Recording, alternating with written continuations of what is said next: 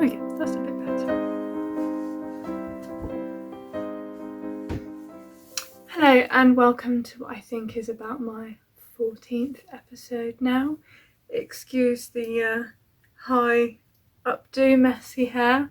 Having one of those days where no matter what I do, my hair looks ridiculous.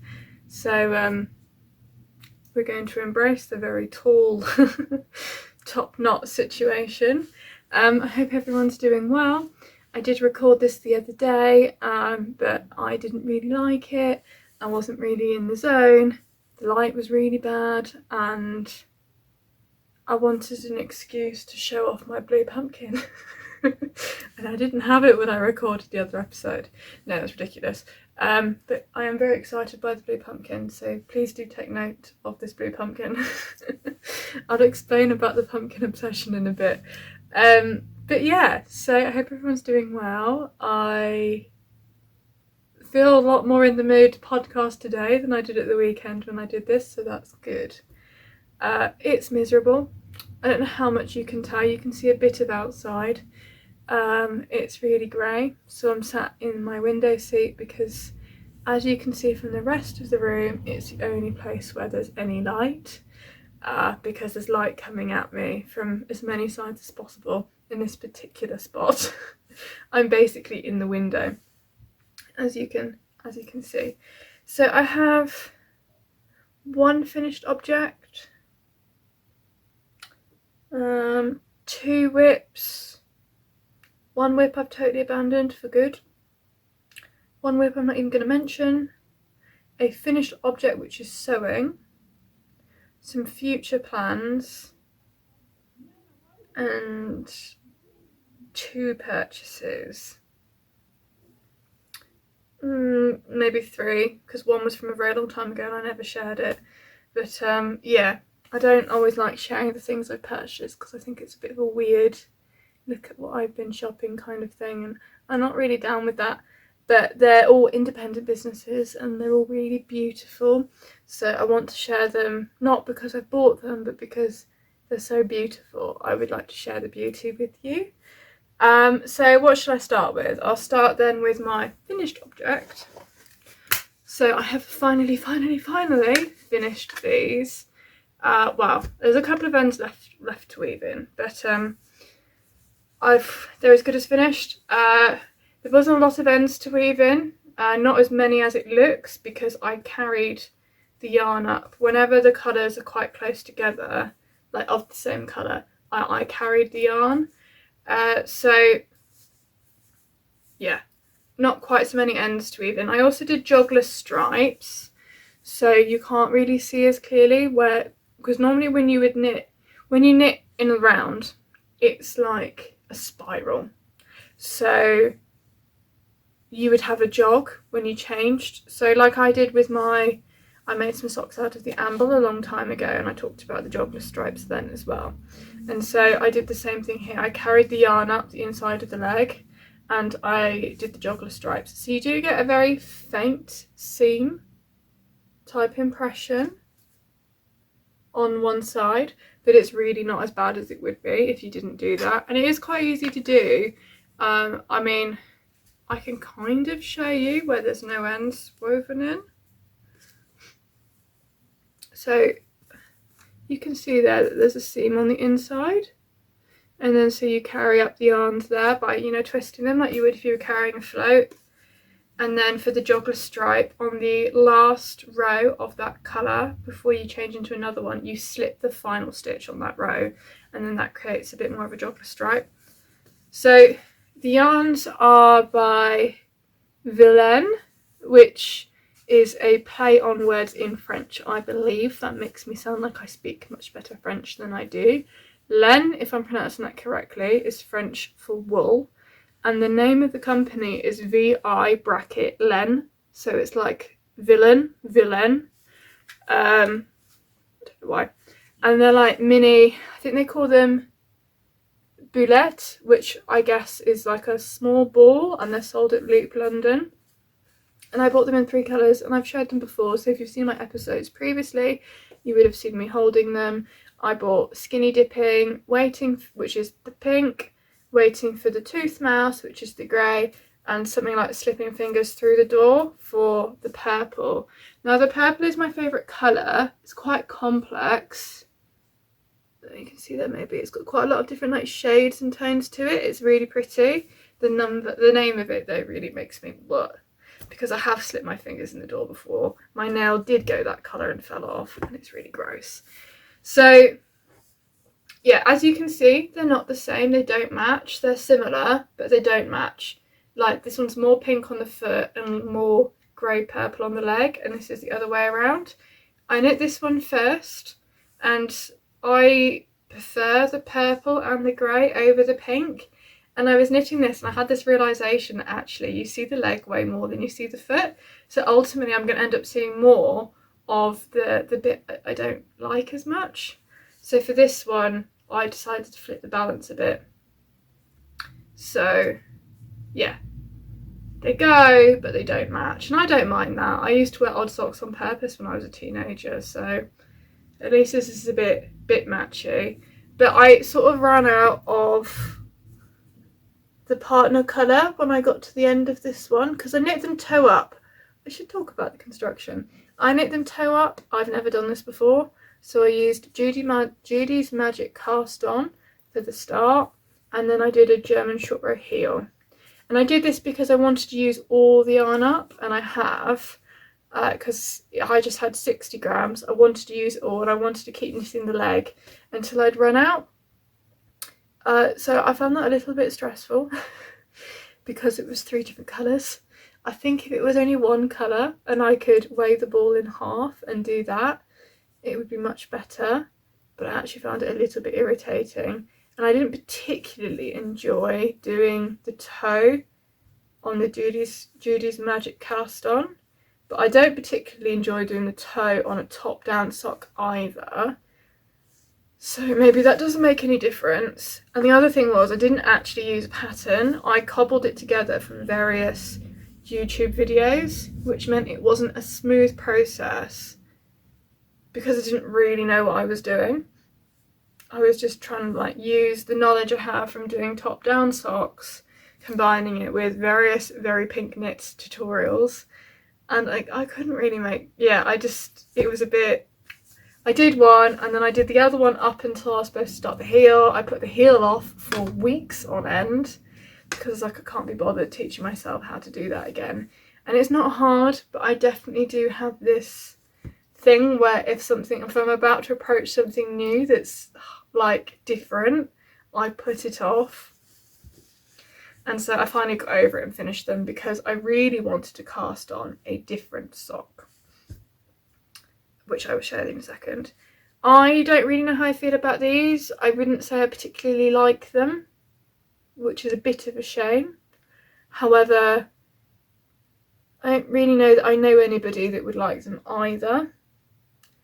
Also, I was thinking about this, like it's not really the same thing to gift something to somebody just because you don't like it. It's not really the point. And if I'm putting it out there in this podcast, I'm not really a big fan of them, then it then seems a bit cheeky to then go and give them to somebody.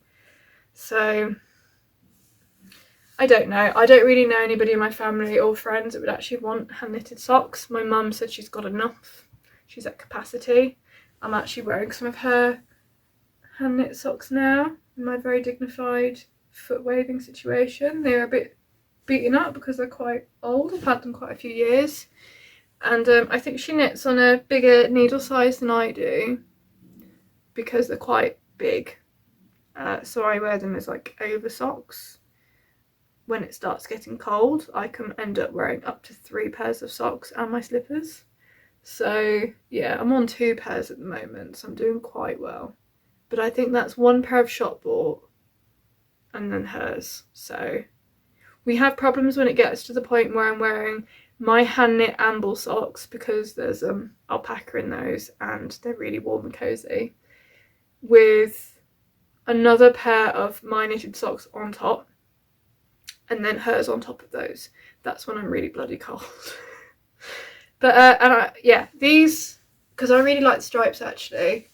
I think it's Croy self-striping. She had a bit of a problem getting it in the UK. I I saw somebody knitting with it on Instagram and said I really liked them. Could she make me some? Because this was before I could knit, and she did a few years ago. So I know that's a bit off topic. So she doesn't want any more knitted socks, so I don't know what I'll do with these.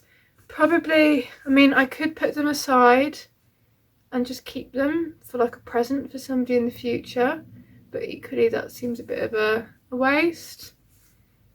Am I magically going to acquire somebody in my life I'd like to give a pair of striped socks to? I don't think so.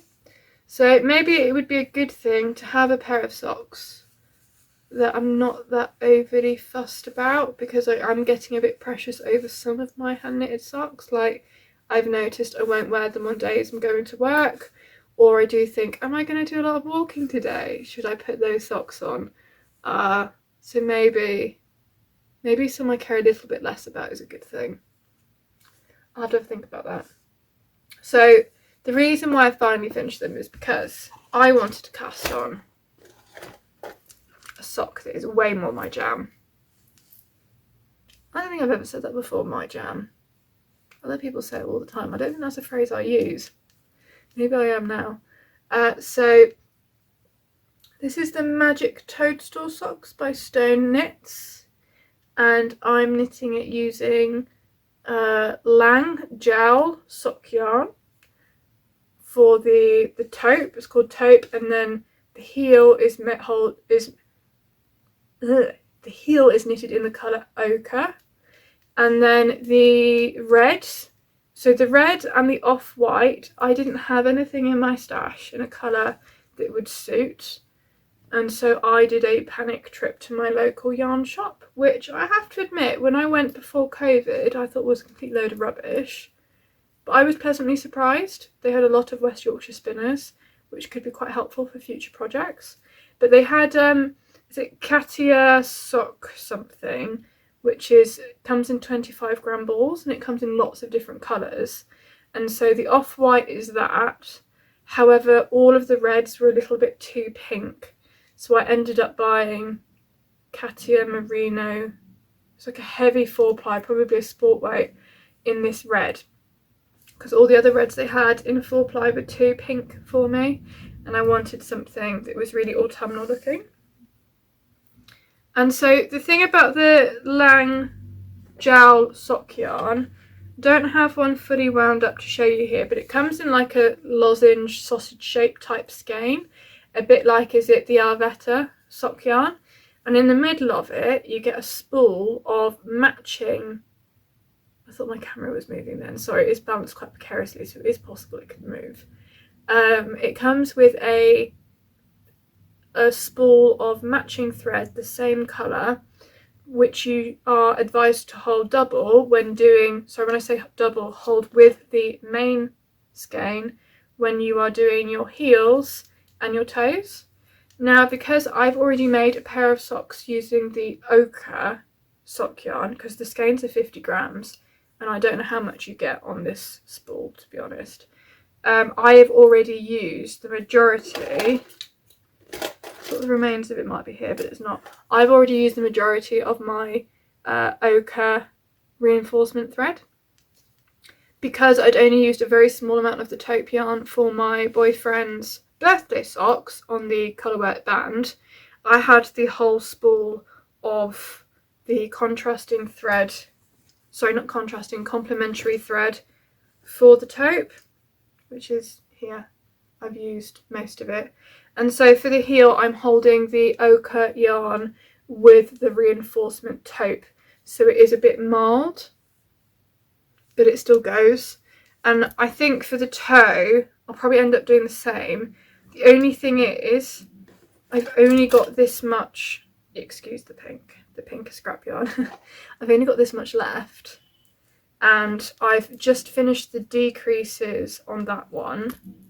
I'm just about to start the heel flap on this one, so I've still got to do the decreases on this one. So I'm not entirely convinced I'm going to get to the toe on both of these with only this left. So I have two options. In about 2-3 weeks, I'm going to go to London. and I could go to Loop London, where I bought this yarn online, and see if they have any more and buy another skein, thereby leaving me with most of another skein of the taupe yarn to use for something else. And it doesn't really go with the other remaining colours I have of Lang Jowell left. Or, because I've got a reasonable amount of the ochre left, which I think is a really gorgeous colour, I love this colour, I would be tempted to buy more of this actually. Because I've got a reasonable amount of this left, do a deeper toe. So when I say deeper, like rather than the toe just being, you know, maybe the toe's like more yellow, maybe? I don't know. I don't know whether that's silly. However, you're not really going to see the toe, so it doesn't really matter. I could maybe knit the toe out of another yarn entirely. I could do the toe out of the off-white. I've got loads of that left, but I have a feeling it wouldn't stay that colour for very long in dark leather shoes. So I don't know. I haven't decided. But you might have noticed from the two that this one has spots on its mushroom and this one doesn't. Now, sorry, it's very tangled. She gives you options in the pattern. You can do 3-stranded colour work. To me that sounded terrifying. Wasn't going to opt to do that. So I have duplicate stitch my spots on. And if you were to do 3-stranded colour work, all of your spots would be like the same on every mushroom. I'm sorry if you can hear that. One of my neighbours, their alarm goes off all the time. So your spots would all be in the same place. But because, I mean, I tried to put my spots where she recommended, which is roughly what that one is. But I kind of went a bit wayward and they all ended up a bit different, which I actually quite like because what mushroom has the same spots in the same place? So I need to do that on the other one. And then it's kind of plain sailing, to be honest, with these. I've done the complicated part. I'm really excited to wear them. However, as much as I really like these, and they do fit, like I've had problems in the past with colourwork socks, not being able to get them on my foot. I've already tried them on. I can get the colourwork on. As much as I love these, I really want to knit them as well in John Arbon Exmoor sock because the yarn is more marley and more rustic, and I think that would be totally beautiful, like absolutely perfect. So I'm definitely going to knit them again. And they probably will be in similar colours, but that's fine. I can have 2 pairs of mushroom socks, that's not an issue. But the pattern, you'd probably notice there's like a bit of a bulbous shape in it. Now I think when it's on my leg, there isn't, because you stretch it out and it's the same.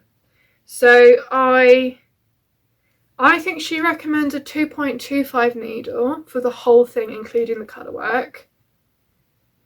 I don't have a 2.25 9-inch circular that I'm comfortable using. I have some bamboo ones, but they're not that strong.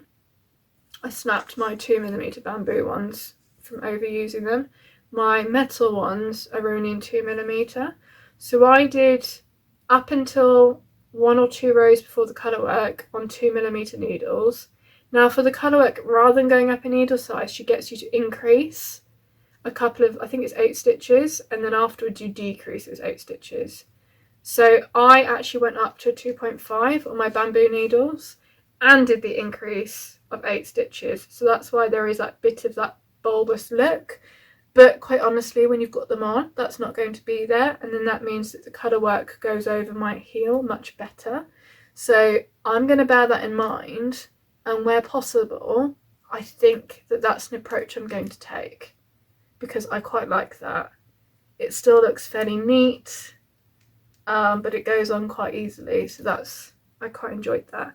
And just to keep in keeping, I have a little mushroom wooden, they're hand carved actually, and then she hand paints them by Simple Nature Handmade to match little mushroom. And then on my other one, well, there's no stitch markers on it currently because I'm working flat, But I had one of my own mushroom stitch markers on there as well. So yeah, a bit mushroom crazy. So yeah, that's my current whip. That's going to annoy me actually because it's white and plastic. I'll put that back there. There you go, that looks better. Yeah, that's my current whip. My other current whip, sorry, that clanging, I have my 9-inch circular pieces in this old tin, and this is kind of my carry around the house work in progress sock bucket.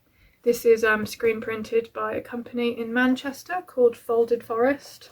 Mine's actually a second, but they sell them full price, not seconds as well, so, and I love it. I've shared it before, so I'm not going to go into too much detail. My other whip, perhaps briefly I should mention this in case it's not a pattern you're familiar with. I would imagine most of you are familiar with it, but this is a Fern and Feather by Jennifer Steinglass, I think, and I've knit it in Lope in a black heather, I think, and then grey heather. Can't actually remember the name of the colours. I did talk about it ages ago. It was my first colourwork jumper. I absolutely love it. It's so cosy, it's so warm, and it's not heavy at all. And yeah, absolutely love it. I think it's quite good for a beginner pattern, so thoroughly recommend. And if you want more information about it, definitely look at my earlier episode. It will say in the description box what patterns I talked about, so you can look in there and see which episode it was. There might even be a picture of me wearing it on the icon thing, not the icon, the thumbnail. I'm not sure. But my other whip is my minimalist cable cardigan. Now, because it's dark, I'm not sure how much you're going to see. So this is knit in the fibre company Law. So the yarn is the Law, it's a DK. I talked about it quite a lot in a video especially for that. So if you are interested in this cardigan, I recommend that video because it's a bit shorter than these ones because it's only about that pattern. But I thought I'd give you a brief update on where I'm at with it. So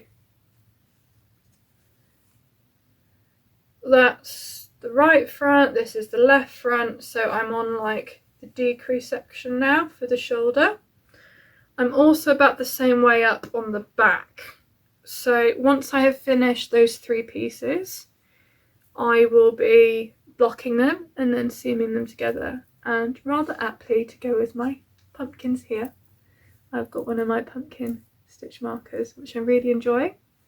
And then yeah, this one hasn't got any stitch markers left in it because I finished that panel.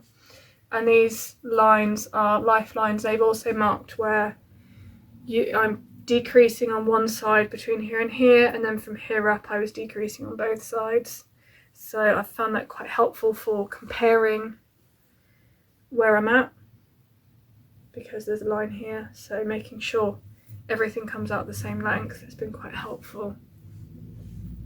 So yes, that's going well. I'm excited. But that's for the minimalist cable cowl that myself and Harriet Wildwood Stitches are running, and that's going to run until the end of January. Now I'm really trying to pace myself with this one because it's gone to a point now where it's quite addictive, because I've nearly finished the back, I've nearly finished the left front. I could quite happily sit and just finish it and like finish it in the next 2 weeks, I think. Like, I'm really psyched to do that. I mean, the sleeves might take some time, but yeah, but I'm trying not to because it is for a cowl and I want us to knit it together. So yes, I'm kind of trying to put the brakes on a little bit. I'm going to finish the left front. I'm going to then finish the back whenever, because it's just stockinette, not stockinette, yeah, flat stockinette. So I can do that at the pub or whatever, and then aim start of December to do the first sleeve, and then January second sleeve, something like that, I think. And then that gives me some space to work on other projects around that. So yeah, other projects, My Beetle Magic cardigan is somewhat abandoned for the moment.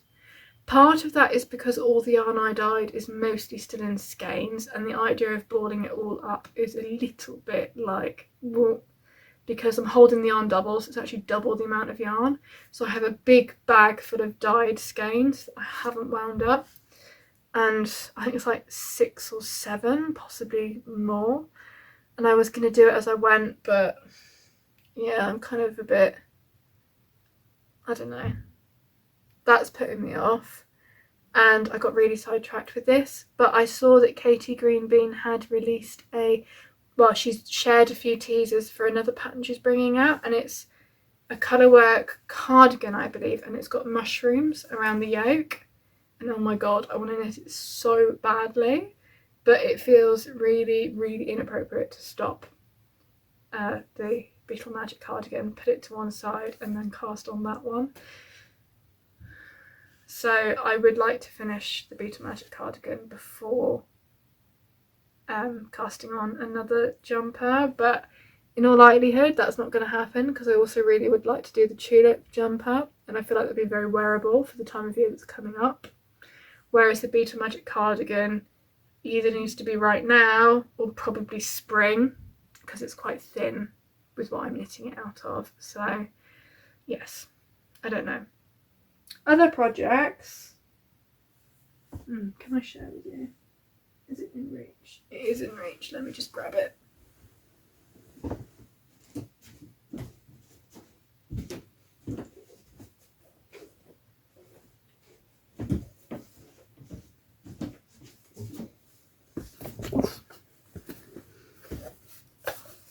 This is all my knitting patterns.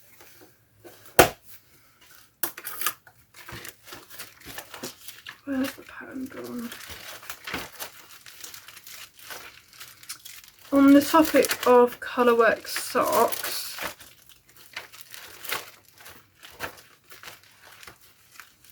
I'm sure I put the pattern away in here.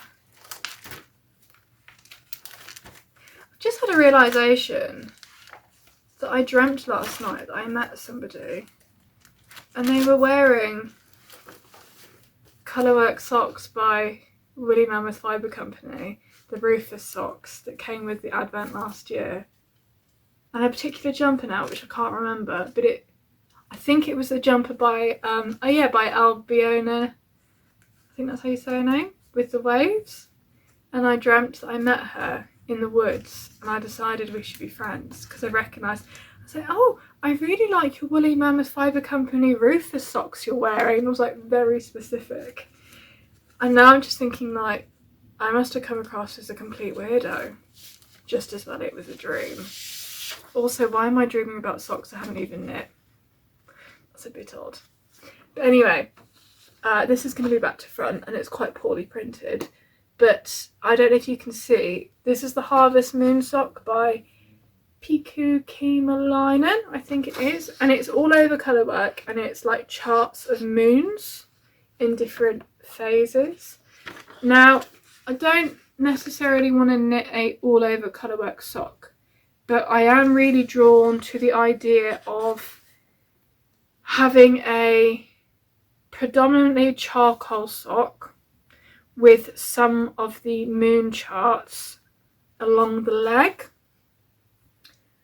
So just picking out some of the charts and then doing a colourwork leg using like a heathered grey, I think would be really lovely. So I really want to knit those, and I was going to knit them right after doing the mushroom socks, but I wonder if actually that could be quite a good New Year cast on for socks. I don't know. So the colour scheme would be similar to this, I guess. But that's a project I'd quite like to do, and I have some sock yarn I can use for that. I could use the leftover off-white from the mushroom stalks for the moons possibly, and the leftover charcoal Lang Jowell sock yarn for... I've just realised, is this camera completely wonky? I apologise if you're at an angle through all of this, you might be. Yeah, I think you probably are. Oh dear. I'm not sure if there's anything I can do about that. using the leftover off-white from the mushroom socks and the leftover long gel charcoal grey I used to embroider the letters on for my partner's socks, because I probably have nearly an entire skein of that left. So that would make quite good, I think, moon socks. Yeah, so I'd be quite tempted to do that. Another project I have in mind, I don't know if you can see here, but I've got a cone of undyed grey 4-ply. And I'm really in desperate need of some mittens. So I thought about using some of my Woolly Mammoth Fibre Co minis from my advent last year to maybe make some interesting DK weight mittens by holding either one of these double with itself, or a strand of this with a strand of that, and like maybe playing with like some fades somehow using these. Like those two in the front are a similar, if not the same colour, and then this one at the back is a bit more pink. So I don't really know. I don't know if that's a waste of using these minis, but I've had them like a year now and I've not done anything with them. And mittens seem like quite a nice use of them, maybe.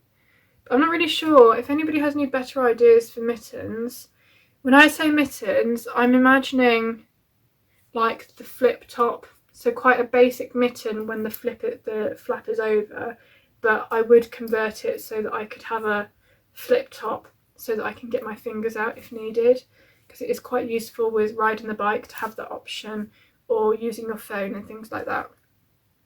So yeah, for me it'd have to be like a convertible mitten. I have some knit from like a probably Aran weight Fair Isle that I didn't knit, someone else did.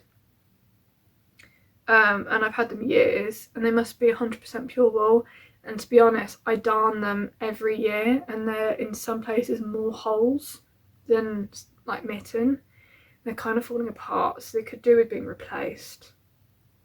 Not that I'll stop wearing them because I love them, but to have like another mitten that can be worn like when I'm biking and stuff could be quite good, cycling to work. Also, if it was a simpler mitten, then if I mend it carefully each year, it could look quite pretty with visible mending. Whereas these Fern mittens, I started mending them before I really had any skill in mending things. Not that I have much skill now, but I am better. And so they're a bit of a bloody mess, really, to be perfectly honest. So yeah, so that's a potential plan. My other two potential plans involve sharing with you the yarn purchases I have made. So I actually bought this a few months ago, but I didn't share because sometimes it feels a bit strange to me being like, hey, this is what I bought, what do you want to see? But Loop London posted that they were getting their final delivery of Viola yarns before she switches to natural dyeing. Now, I've never seen Viola yarns in real life, but I have seen all the beautiful skeins of Viola yarns that the Gentle Knitter has bought, used and shared, and they always look so gorgeously, delicately beautiful. There's just something about them that are just so stunning and captivating. And it is, yeah, predominantly like superwash, but I couldn't resist. This is probably the most money I've ever spent on a single skein of yarn. It was like 30 quid, which I think is borderline obscene for a single skein of yarn. But it is so beautiful. It's got some like flecks of, it's so pretty, and even the label's pretty, and everything about it is stunning. And I only have one. This was an impulse buy at the time, but it's one I definitely don't regret. Impulse buying is something that I want to try and stop doing because it doesn't always work out well. I end up not really knowing what to do with things. But I'm 90% sure that I'm going to knit a Birds of a Feather shawl with this, and then I'm going to use either a mohair or another lace weight yarn in a more solid colour as the contrast panels in that shawl. So that's Birds of a Feather by Andrea Mowry. It's got like a point, it then sort of comes out a bit and then tapers off, so it's a bit of a asymmetrical shape, but it looks really, really lovely. So yeah, that might have to happen soon because it's just so pretty.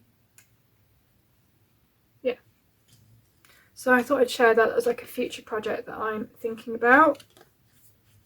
And then this is an impulse purchase, this next one, but which is something I'm trying to stop doing, but it is really pretty and the colours are absolutely perfect.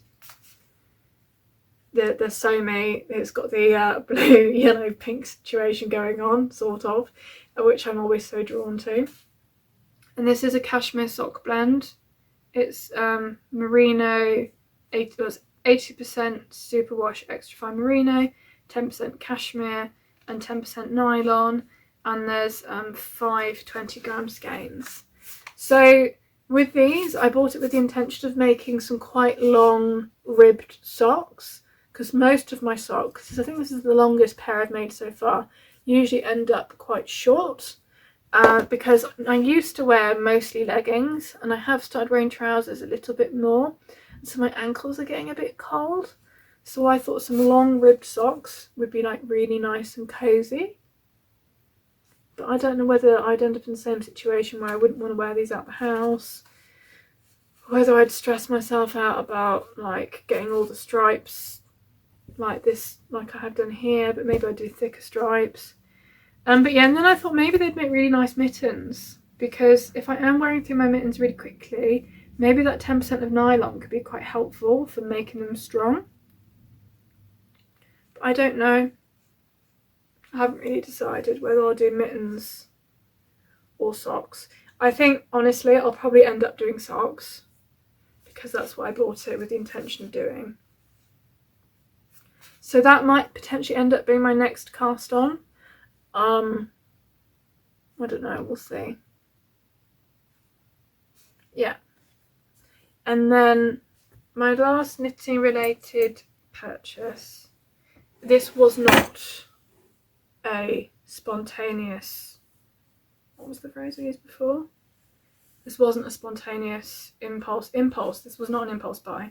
This is something I have been lusting after for a long time, and I'm waiting until I had a little bit of spare money to put aside for it. And her work is absolutely beautiful, and as somebody who makes, I really appreciate that she really appreciates the quality of materials, and it really, really shows. And this is a project bag, I'll show you in a second, not knitting. And so as someone who also sews, I did really like scrutinise it when it arrived, looking at how all the seams matched up, and it's absolutely phenomenal. Like, I do make most of my project bags myself, and I have one that I've just finished I'm going to share with you in a minute. But you know, I'm alright, I'm fairly good, but I'm not amazing. So it was really, really lovely to see excellent craftsmanship on this one. Like, everything just lines up so neatly. The quality of the linen is just absolutely fabulous, and it smells faintly of lavender, and it just feels incredible, and it's so beautiful. So this is a project bag by Wool & Nature. It's naturally dyed using, I think this one was logwood and indigo. I think it's logwood for the pattern, and then the background is indigo, I think. And yes, it's just so beautiful. My only thing is the lining is white, and I'm really worried about wrecking it. I did want to wait and get one that had like a darker or colourful lining, but I had the money put aside last month when I bought it, and yeah, I couldn't resist any longer. And she's really generous. When she sends them, she always sends out like a little extra treat, and so it came with this lino print patch on linen. And so I have it in the back of my mind, I am going to make a quilt out of my linen scraps from all my clothes I've been making out of linen. So I'm probably going to incorporate that into my linen quilt, because I had thought about using some stamps to stamp some panels, so that could go quite nicely with that. That's the idea. So yeah. So there you go, mini acquisition section for those of you who like those things. If not, and you don't like acquisitions, I'm sorry, but I really know those companies are amazing. I should have said this one is the Wool Barn, which I've not tried before, but I'm quite excited to do so. And yeah, I do like sharing small companies. The last thing I'm going to share with you today is something I've made. So I shared the process of this with you last time, I think. I'm just going to have some tea.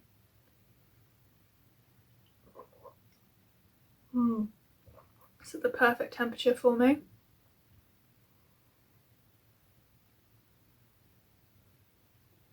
I did say I was going to explain the pumpkin madness as well.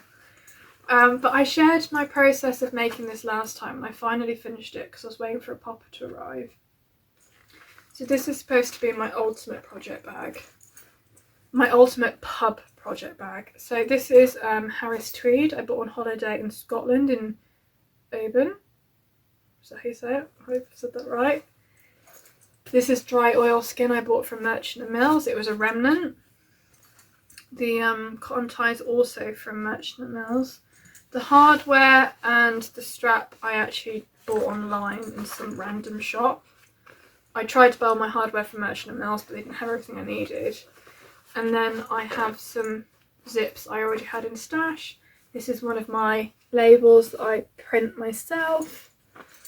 And inside, which you can probably see better in the last episode before I sewed it all together, there is another zipper pocket. There is the Harris Tweed logo thing. And then there's a separator section with a popper inside. Now the idea is that this strap is detachable.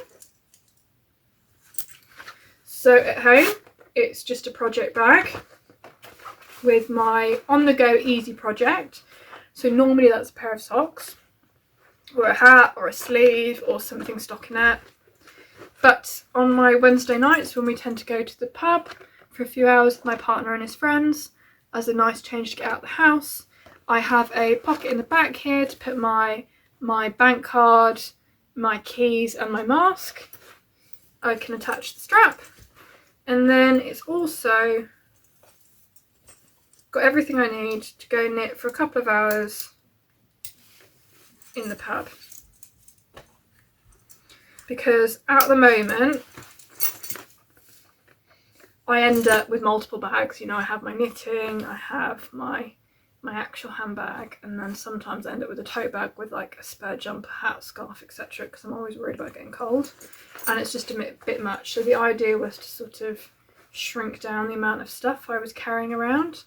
Now I say almost ultimate because the pocket inside with the popper, I did that because on reflection of knitting like a pattern where, especially something where you've got more than one colour, or you're coming to the end of the ball and you want to have that spare ball for the next section in there, or you're doing a pair of socks and you've got one sock 3/4 the way through with the ball still attached and the one you're still working on, you get into a tangle quite quickly. And so I wanted like a way of segmenting the bag so that I could put to one side in the bottom those spare skeins or work in progress socks I'm not working on right now without it getting tangled up with the one I was actually working on. Now, I mean, this is what happens when you make up a pattern rather than buying a pattern. The inner pocket, that pocket really should be coming up, I think, much higher to the height of the zip, and the zip should have been much higher in the bag, like up here, with the patch pocket coming just below it. The reality is the segment, like the sectioning pocket, only really comes up to here, and so there isn't very much space, and the lining actually seems to be deeper than the bag, which means that the bottom of it is scrunched up, which is fine, but there is a lot more opportunity for lint and, I don't know, bits that end up in the bottom of your bag to hide. So I do worry that it's going to get like dirtier quicker, or like, you know, fibres break off from the yarn, there's going to be more fluff floating around in it. So, I mean, I could take it apart and change those aspects of it, but quite frankly, it's kind of at a point now where that would be a lot of hassle. So I'm going to leave it because I can still use it the way it is. It's just that's a bit of a shame. And if I ever make another one, I would definitely make those changes. I don't know if you can also tell, there's a little bit of an odd shape. So I had some issues where the outside was bigger than the lining, which therefore meant the outside would have bunched up because the lining, I'd basically messed up my maths a little bit. Now, I did talk a lot about the process last time, and the thing is, you know, it goes wrong sometimes, and part of it is then just going back and figuring out how to make it work. And I unpicked the outside and made the seams narrower, and then I continued and it was fine. But it was a bit tricky to do. I didn't want to do that all the way down because I'd matched my seams perfectly here and here, and so I didn't want to do that again. And so I actually started that change from here up, so it is narrower at the top than it is at the bottom. But I actually quite like that shape, so that was an accidental design feature. So in the bottom there is a bit more lining than there is outside, if that makes sense, which is exacerbated by the fact that the lining is actually longer. So not perfect, but I'm still happy. I'm being transparent. It probably looks better than it actually is on screen. But yeah, that's that. I actually quite like the feel of it. It feels quite rafty-tafty and substantial, which is quite exciting. So yes, I'm looking forward to using that when we next go to the pub, which actually will be this week. So that's all of my, no, it's not all of my making. I was going to share one last making thing. I have spent my last few nights, and I can't show you any more than this, making, wrapping and prepping my surprise festive stitch marker and progress keeper sets. So in each one of these boxes is some stitch markers and a progress keeper, which is nature festive themed, and a few extra treats. And so that's going to be shipping out soon. I'm really excited. There are a couple of boxes left on Etsy if anybody would like to purchase one. They're not that expensive because it is mostly just your stitch markers and progress keeper. So they are a nice little surprise if you like the idea of a little festive surprise without too much financial commitment. Yeah, but they're nature festive themed, not Christmas themed, because I know some people don't celebrate Christmas and they would like a treat at this time of year to get into that festive, wintry, cozy spirit without it being Christmassy. So yeah, I've been doing those, and these are the international ones. I've now got to start the English pile. So, well, English UK pile. So yeah, that's been really exciting. So thank you, because I think a lot of people that bought these do watch the podcast episodes. So thank you very much if you're one of these people or one of the UK people. But I did something I can share with you because these ones aren't a secret. I've just put into the shop. I'm going to make sure it's all the right way around, which is a little bit tricky. It's not really worked. I keep turning around. I don't know how well you can see that. It's like a gingerbread man progress keeper, and then 2 stitch markers that have Christmas trees on. So it has a little Christmas tree, a glass bead, and a brass bronze star. And then the gingerbread man has the star and the glass bead, but he's on a progress keeper. And then there's another Christmas tree with a green bead rather than a red one. And so that was like my slightly more kitsch Christmas themed ones. And they come with a little extra treat as well. So they're a bit cheaper because they will be not packaged up in the same sort of like not advent box, because it's not an advent at all, it's a one-off thing, but like they're not going to be necessarily in the box with all the extra treats in there. They'll be probably in recycled packaging, but still looking really pretty. So, and if you did want to grab both and there are still some boxes left, feel free and I'll wrap them up together, and that would be lovely. So I really appreciate all the orders. It's thanks to those that I am able to try new yarns and new fabrics and things like that, so I really appreciate it. And that's everything from me today. That was quite a long episode, which I think is standard for me. But much better than the previous episode I tried to record, which was a bit of a mess, so that's good. And if you are interested with the pumpkins, I tried to grow some pumpkins this year. It was a complete disaster. They just didn't grow and then went mouldy and dropped off the vine, and I was really sad because I really wanted a blue pumpkin. You're gonna laugh, but ever since I discovered blue pumpkins were a thing, I've always wanted one. So when I went to order my food box on Sunday, my vegetable box, I saw that there was an option to have a blue pumpkin in your box. I was like, oh my god, blue pumpkin. So this beauty arrived about 2 hours ago in my vegetable box, and he was only £2. Makes me very happy. I mean, that colour is absolutely stunning. So I said that I wanted this in the box, this was an add-on, and then this one came just as standard in the box. And the colours are just so beautiful. I feel like that would be a really good inspiration for something. But I think this is one of my favourite colours ever.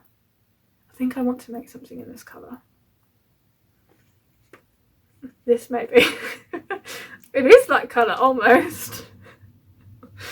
But yeah, so, and like it's got these like darker bits, and yeah, anyway, I'm gonna stop like getting excited over the pumpkin. I'm gonna go put it on my desk now and get on with my work, because it's actually work day. I've been using my lunch break to do this. So yeah, me and my blue pumpkin are gonna say goodbye and enjoy whatever it is you're doing, whatever you're knitting on. And if you do have any thoughts about any projects or mitten ideas or anything, or if you've got an autumn cast on or something mushroomy themed going on, or also a fan of the Crown Prince blue pumpkin, do let me know. Can you tell I don't want to go back to work? Anyway, I'm not going to procrastinate any longer. Thank you very much, and have a lovely evening, afternoon, morning, weekend, whatever it is that you're getting up to. Bye bye.